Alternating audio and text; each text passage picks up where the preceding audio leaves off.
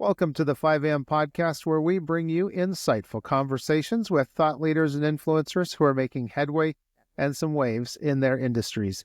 Today, we have the honor of speaking with Douglas Ernest, a genuine American patriot whose journey embodies the spirit of service and entrepreneurship.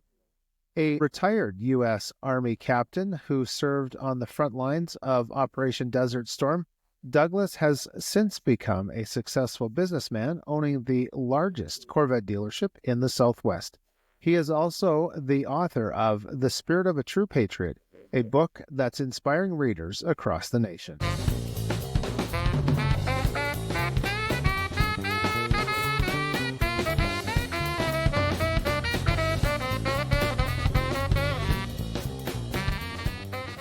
Douglas, thank you for joining us today. Michael, thank you. I appreciate the time to visit with you and your listeners today. Yeah, we're going to have a great conversation.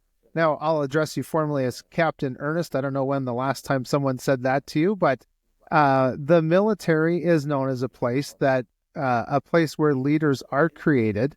And if you could take us back in your mind to your time during Operation Desert Storm, was there a defining moment that shaped the leadership philosophy that you have now? Oh, absolutely.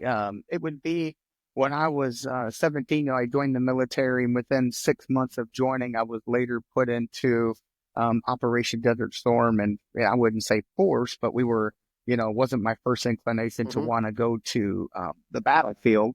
But I had wound up joining the military as the infantry, and then later, when I had gone to Saudi Arabia, I had a, like a freestyle of life, kind of wing it every day. Didn't really have a plan, didn't know what it was to set my goals or to, plan for not only myself, but for other people. And once I got myself in that environment, my whole life changed. And it turned from, one of perspective of inner self to an outer self, to be able to not only run my own life better, but to run everybody else's life and simultaneously appreciate every moment, every hour, every second of the day that the Lord gave me, because I thought I was going to die when I went to Saudi Arabia, border of Iraq, and to Kuwait. So it was a complete life-changing experience, and that's when my life transformed. Wow. Yeah, tragedy and trials are those transformative forces that probably nobody like, but in our human experience, we can't get a better teacher, it seems. So can you talk a little bit about your philosophy of embracing desperation as a turning point? Man, that's great. That was something that I came up with in the book a long time ago. And I had been talking to a friend of mine, Jeremy, and we were just talking one day. And I said that, and he said, "Doug, you got to write that down." Yeah, it's a good one. It's just when you get to the point when you're just completely out of gas, when you're completely out of jet fuel, when you don't have any more in you. And then you just think it's over, the bottom of the U curve, the inflection point. That's when the best you, your best self comes out, and you're able to take your trajectory and completely change it. And most people in life, it's not like, it's like an alcoholic that they finally say, "I give up drinking because I hit rock bottom." Most people, when you just exhaust yourself and you get to the bottom of the pole where you just can't do anymore, you can't sleep, that's when your energy comes. And I believe that's a human trait that we all have in the 9 billion people around this globe, but it's hard to get to that point because we never stress ourselves. We never exhaust ourselves to that point. We're so busy being comfortable in today's day and age with technology that we have, that we get stressed out about not having the remote control work so we can watch 120 different TV channels. So being in the military, it gives you a chance to get to that point, because they push you to your limit. They push you to rock bottom. Good ways and bad ways because of the stress, but the inflection point that you can have and the growth you can have in your inner self is stupendous when you get to that point in life. And that's why I'm sure why you're asking. Yeah, absolutely. I was thinking, thankfully, the prayers were answered, and Donald Trump is the president of the United States now. Now, something that we encountered in younger years and even now is participation trophies. And to me, that's a sign, or let's say a symbol of robbing people of their rock bottom. Can you talk about how, I know you've touched on this already, but we live in a society where people are not allowed to hit their rock bottom. Can you Yeah, it's funny talk you said about? that because we Yeah. were talking about that at my office the other day because my Mm, guys were we had a top salesperson for the month, and then the other guys had said, "Hey, yeah. where's my participation trophy?" And he was joking around because there is no participation trophy in life. It's Yeah. you have to do what you got to do to get the job done, or you won't succeed. You won't have food to feed your family. You won't be able to to help other people. So we Yeah. become as a society again, because it's funny, I'm only 52, but I grew up in the Yeah. 70s and 80s, Yeah. and I thought life was tough back then, but life wasn't tough. Tough was back in the 1900s, 1800s, the start of time Yes. when Jesus was born, when people were being born in the Yeah. home. It wasn't until 100 years ago we started actually having babies born in a medical environment. 7% of humanity's babies have been born at home. And that's a shocking number that you realize when you read these papers that are put out by scholars. So we become so comfortable, and it becomes uncomfortable, if you will, because you don't have a way to get to your Hmm. best self. You're given all these luxuries of life, and rightfully so. You want to make life easier for your family, for your children, for yourself, but it does not give you the chance to exhaust yourself, to stretch, to bend, to make the best Yeah. you can. And I find myself having to find other ways to do it. And for me, the way I've been able to do it is through physiology, is working out. I'm 52, almost 53, and I still go to the gym 5, 6 days a week. I push myself where I can't breathe. I'm about to fall over. Sometimes I lay on the Yeah. ground completely out of breath, but that's how I find my way to stretch myself. Other Hmm. people do it through their interaction with their community, the way that they could just give all they got. I have several friends I've met through my book, The Spirit of a True Patriot, where people dedicate their lives to others. And I have several friends at Cowtown Warriors, which is a veterans charity group that our book Hmm. supports, and they Yeah. exhaust themselves mentally. And I actually asked these guys one of these guys I was in the school with, I said, why would you continue to do the board at Cowtown Warriors? And they say, man, I just get so worn out. Can't even talk anymore on my phone. I'm about to pass out. And that's when I feel my best. And that's a Mm. person that's giving all they got to help others. And a person that I greatly support, Bazan and Matthew Little at Cowtown Warriors. It's a Yeah. charity based out of Fort Worth that gives 100% of all revenue to veterans groups. So it's things like that. You got to find your magic Hmm. recipe, your secret sauce to be able to Yeah. exhaust yourself, that you can then become your best self. And then you can also exemplify your best self to help others grow, Right. and teach others, Yeah. teach your family, teach your children, and all that, to be able to grow into that same aspect. Yeah. Now, I think when you would have been in Operation Desert Storm, there were the Scud missiles, and there were other events like that. What what did those kinds of experiences do to you on that emotional and that physical level? It's a great question. And I wonder if you found some of that in the book. Did you read about the Yeah, Scud missile in that's the book? right. Is that why you're I asking? that's exactly why. That's okay. I was, that's something that remains vivid like it was yesterday. I was 18 years Hmm. old. It was Desert Storm. It was prior to the kickoff of the ground war. And the Iraqis, Saddam Hussein was launching Scud missiles indiscriminately with no target. He was just launching them, hoping they get somewhere. But we were constantly on alert. We were training for them. We were gas masking. We were spending 18 hours a day training. And one night, the Scud missiles had gone off before, but never real close to me. They had been Uh-huh. within visual distance, but never like across the street Yeah. from your home. That's how close this one Right. got. Well, Wow. we had been warned that a Scud was coming, and we heard it go off, and we actually saw the explosion outside because we're in a pitch black apartment building with no windows. It was an area of Saudi Arabia that had been completely just wiped out so that they could have these military housing areas. So the Scud went off, and it's just that you learn about the human mind and how groups Yeah. think, if you will, how people start to think alike as human beings. And I remember distinctly someone yelling, blue smoke, blue smoke, blue smoke. And that's what you would think you see when you have the nerve agent. So I personally remember seeing blue smoke, but there was no blue smoke, because later we learned that the Scud had gone off way up in the air. We had been told blue smoke. The whole building, probably 1,500 soldiers, had been covered in masks, body full cover for the chemical suit. And we had been running around preparing, using these kits, doing all these things that you do when you have a chemical attack. And we were actually in the middle of a chemical attack. We were in the middle of a chemical attack. And I distinctly remember seeing blue smoke. There was no blue smoke. And all my friends, when we later got done, it was about 30 minutes later, they said, "Hey, I can still breathe. Everything's okay. What happened?" And we later learned that the Scud was blown up in the air by one of the Patriot defense systems, and it was exploded in air, and no chemicals were actually dropped on the ground in our area. But when it was over, the consensus among the 40 people in my platoon, the 500 in my battalion, was everybody thought blue smoke. Right. And it's just to think of groupthink. When you think something's going to happen, you can portray yourself to actually be in that moment, and you think it's going to happen. That right there gave me an outlook on life to make sure I always look both ways, to make sure I'm seeing reality as it is. And the way I would like to apply that today, Michael, is when you just mentioned President Trump, and thank God that he was elected. I said a prayer last night, thanking the Lord for that. Exactly what you just mentioned. And I was laying in bed and I said, thank God our country can survive and thrive. But it's the same thing in politics and with multimedia channels and different platforms.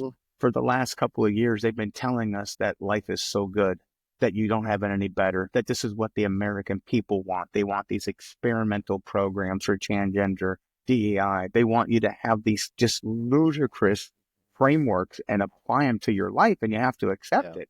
And being that I'm in a public university educating myself, I've been exposed to these programs. I have been trained. I've sat in for a full day seminar on DEI, CRT, and all these other programs. And I did my best to try to understand it. Even though I didn't agree with it, I did sit there, keep my mouth shut, not voice my opinion. And I thought that this was what America was coming to. And I later learned, same thing is the groupthink. It was a facade put out to us by the multimedia platforms, the conglomerates of yesterday, because they are now being beaten down to smaller size. But we understand that they lied to us. And even though I thought this was the way things were supposed to be, and once DEI was dismantled or beat down by the Texas governor, and they said, hey, if you do anything with DEI and don't promote people based on merit more so than DEI, you'll lose your public funding. They did that, and the next day, all the signs were taken down, the classes were stopped, and we were told to forget everything they told us and go back to a merit-based system. And it made me frustrated because these people didn't really believe in that. Because if you really believe in that, you fight to the death to what you believe in. It was a facade. It was baloney. It was the blue smoke effect of groupthink. And I too got on the bandwagon and thought, this is the way things got to be. I just got to accept what's happening to my country, even though I didn't agree with it. So I hope that makes sense to the viewers and listeners out there to be able to understand that. Yeah, good. I want to share just a verse from the Holy Scriptures.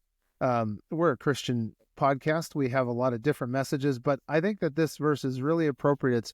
It's from a book called 2 Timothy, chapter 1, verse 7. It says, "For God did not give us a spirit of timidity, of cowardice, of craven and cringing and fawning fear, but he has given us a spirit of power and of love and of calm and of a well-balanced and disciplined and self-controlled mind."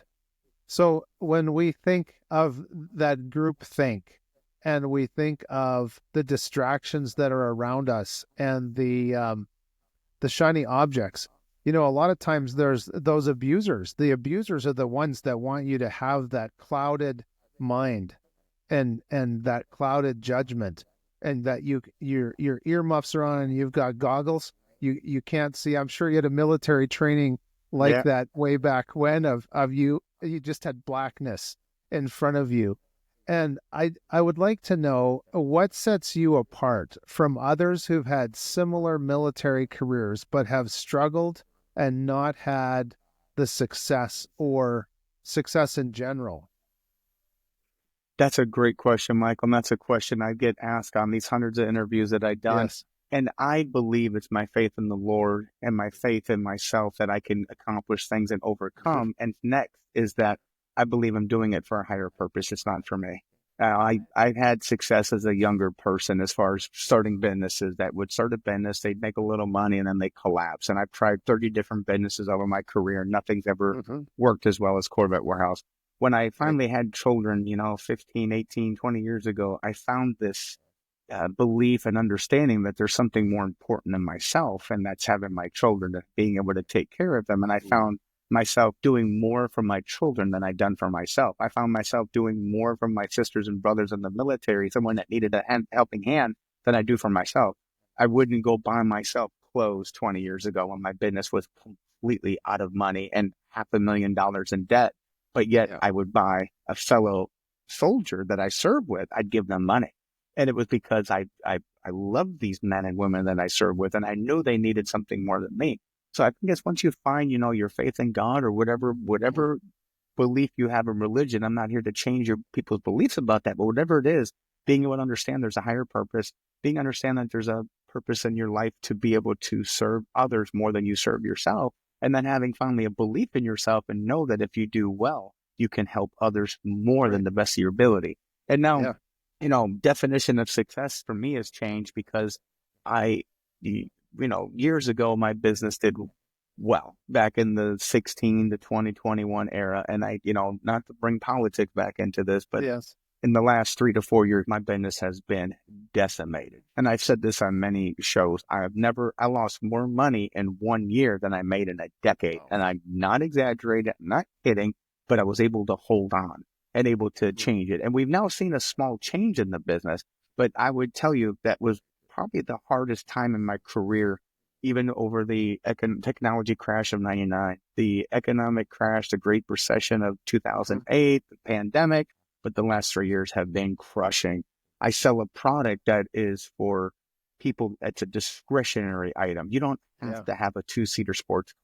And people stopped buying them a couple of years ago when inflation went up, money was tight, and the only sales we had were from the few and wealthy that actually could afford these cars. And right now it's come back. So that was actually a gut check for me the last couple of years to say, hey, I'm going to keep going. A couple of times I thought, maybe I'm going to pull the plug, because, I had a good career and, and if I continue to lose money like this, as we did under the Biden-Harris administration, it's over and I'm not going to be able to survive. And now I have faith again that things are going to be okay, that thank the Lord that President Trump was elected using a common sense, pragmatic approach to leadership and the way they lead our country and stop squandering the resources of the American people. So I now believe things are going to be better. And I believe that you can apply these lessons to yourself in real life, whether you're working at a $10 an hour job or you're working at a top executive in a technology company, no matter what, if you can use these same lessons and things that I talk about in the book, The Spirit of a True Patriot,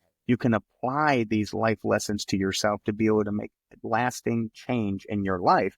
And the change can be money. It can be physiology, your health. It can be your spiritual. It can be having a better relationship with your children. Now, thinking back to the time when you started Corvette Warehouse, I was curious as to how that dream actually started. That's another great question, Michael. Right here, if we can see this car right there, there's a silver Corvette right there. A beauty. Right there. Yep, that's a 1979 silver on red 4-speed coupe. When I was 10, 11, 12 years old, back in 1980, 81, somewhere around there, I had 3 people in my life that were the people that were my role models back then. One was my Uncle John, who was a Marine in Vietnam, my Uncle Bob, who served in the Vietnam era but did not get deployed to Vietnam, and my grandfather that served in the Korean War.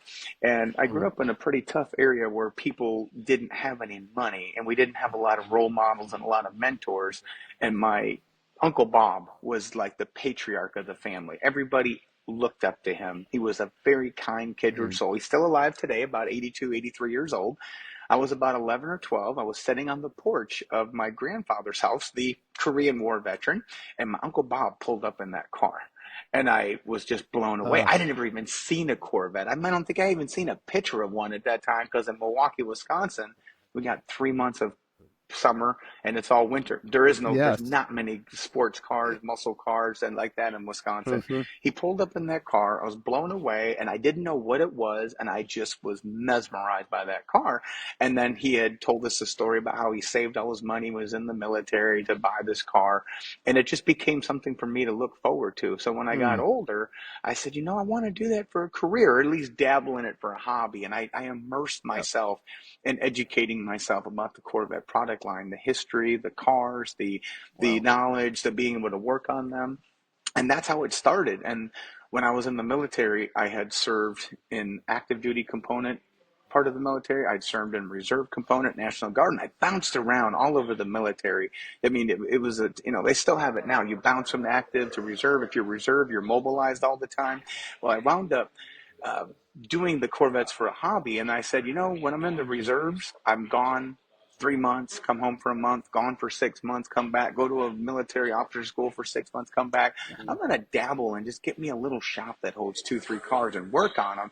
And that's how it started. I couldn't get a regular job because of my Yeah. commitment to the military as a reserve back in 96, 97 or so. So I started dabbling in these cars to make money, a little bit of Mhm. money. I was washing people's cars. I was fixing people's cars. I was selling parts. And that's where it started. And I wound up launching my business with 3 cars out of this building, this very small building in a tougher part of town with 18% interest on a credit card. And I think my total was around 18 grand for 3 cars at 18% interest. And that's how I started. Wow. Wow. That's a great story. I love hearing those origin stories. I'm going to ask you another question about your book. In the book, you encourage readers to merge passion with purpose, which certainly sounds like you just described that. How can people around us, people seeing this or reading your book, apply this principle to grow a passion that they have? That's another great question, Michael. When you read entrepreneurial based theory and scholarly work, you learn that passion is something that is important to the entrepreneur, but it's Mhm. hard to describe. It's hard to Yeah. pin it down statistically because it's the belief in oneself, the overrepresentativeness of what you can achieve and what you believe you can achieve. So Yeah. my advice to people that want to start a business would be that you pick something you love, something that you enjoy, something that you can do 18 hours a day and not be exhausted by it. And for me, it was the Corvettes. It's a dream come true that I'm even sitting here being able to speak to Hmm. people to let them know. So if you take your passion, something you enjoy, and put that with the purpose, it allows you to have the best of both worlds and you have a Yeah. higher chance of success. Now, Yeah. some people might be food, it might be culinary, it might be, gas, it might be EVs, it might be, just work. It might be working at a firm, but you have to find something that you enjoy and that you can do Hmm. 12 hours a day and not say, hey, it's 8 o'clock, I clocked out, I'm not answering my phone. People that Totally. are successful in life in all aspects, moms, charity workers, any career field you are in, are those that immerse themselves in it, and it becomes a part of their identity. They have multiple micro identities, but the identity is, hey, I'm an entrepreneur. I took off at 8 p.m., but my phone rings. You have to pick up your phone, you have to Yeah. answer the phone, and you have to serve your customer. Your customers don't have to wait to get served. You serve them when they want to be served. And that same goes for mom. When mom gets a phone call from the That's child, they true. can't say, hey, I clocked out. And that's why you Yeah. see the best parents are those that immerse themselves in children. And I hope that it makes sense to the listeners that you That's right. find your purpose, what you want to do in life, what would make you happy and fulfilled, and then you merge that with your passion. Yeah. Now, I know we've got to wrap this up, but I have one more question I've got to ask you. What would be the most important lesson that you actually learned while writing this book? God, that's a good one. I would say the number one thing I learned was that I thought I could do everything well in life. And I thought Hmm. everything I touched later would turn to gold. Like I could make it work by working hard. Yeah, I right. never knew how hard it was to be an author and sell books. I Mm. thought I was going to write this book. I first wrote it, I put it on Amazon, and I was a #1 bestseller. And that's easy to do because there's not much competition in the Right. military genre of war books and so forth, especially Uh-huh. entrepreneurialism. So I was number one for a month. And then after the month is over, you get thrown into the capsulation of all the thousands and tens of thousands of great authors that came before me. Yes. And it was hard to sell books. And even though I'm doing it as a charity to help support my favorite Hmm. charity and all proceeds go to charity, I learned it's a lot of work. It's hard. It's a difficult thing. And not everything you touch turns to gold, but that made me even more passionate and Yeah. gave me a purpose to say, I am not going to give up. I think one of my charity events at Corvette Warehouse, our first charity event, we literally had 100 people and raised $600. It was so disappointing that we would work Mhm. so hard and put on an Yeah. event and only raise $600. But then I was able to make connections with people, and I found other people that were involved in events and Cowtown Warriors say, hey, we can get together, we can merge our thinking and put our group think to work and be able to make more Yes. money for these veterans groups that need. So that number one would be, not everything in life you touch is going to be successful. You can dabble in it. You can work hard. Even if you work hard, it might not work. But I'm not going to stop. I'm going to keep working hard and smart to get the book out, to sell a lot of books so that I can raise money for charity. And if that doesn't work, I'll find another way to give something back to my sisters and brothers and other avenues, other Hmm. channels. And that's the thing. The number one thing I learned, it is hard to start something. It's hard to launch something, but you have to keep going even when you feel like giving Yes. up. That's right. Yeah. Keep on going, one foot in front of the other. And like that old song from when you and I were youngsters of one day at a time, sweet Jesus. That's that's how it goes, one day at a time, one principle at a time. So, Douglas, Ernest, an absolute pleasure chatting with you today. Thank you so much for joining us at the 5 a.m. podcast. Thank you. And Michael, one last thing. If you could get people on your podcast to look at the Hmm. douglasernest.com website, they can buy the book on there. All proceeds go to veterans groups and all royalties are shared with Cowtown Warriors and homeless veterans of America. Good. Yes. Thanks for putting that Thank you, out there. Michael. We'll put that on the screen. So thank you very much. And thank you to our listeners. Now is a great time to share this podcast with your network. We appreciate your support, and make sure to head over not only to 5ampodcast.com, but head over to Douglas's website as well. We appreciate your support. I'm Michael Clausen. Mhm.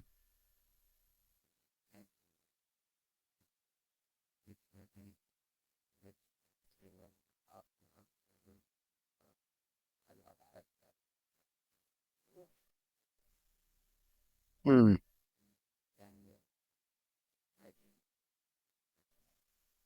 Yep.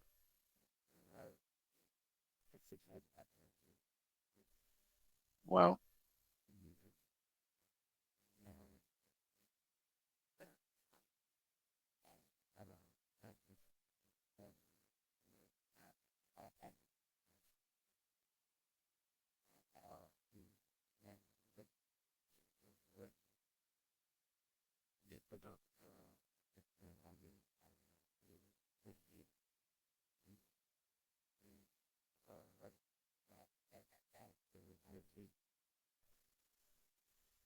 Mhm.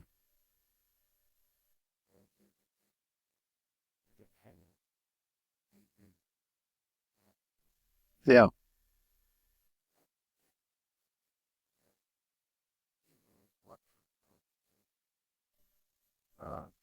Mhm.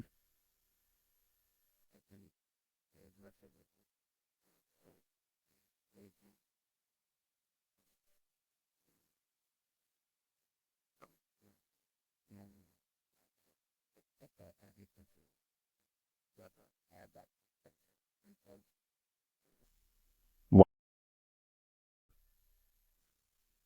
Yeah.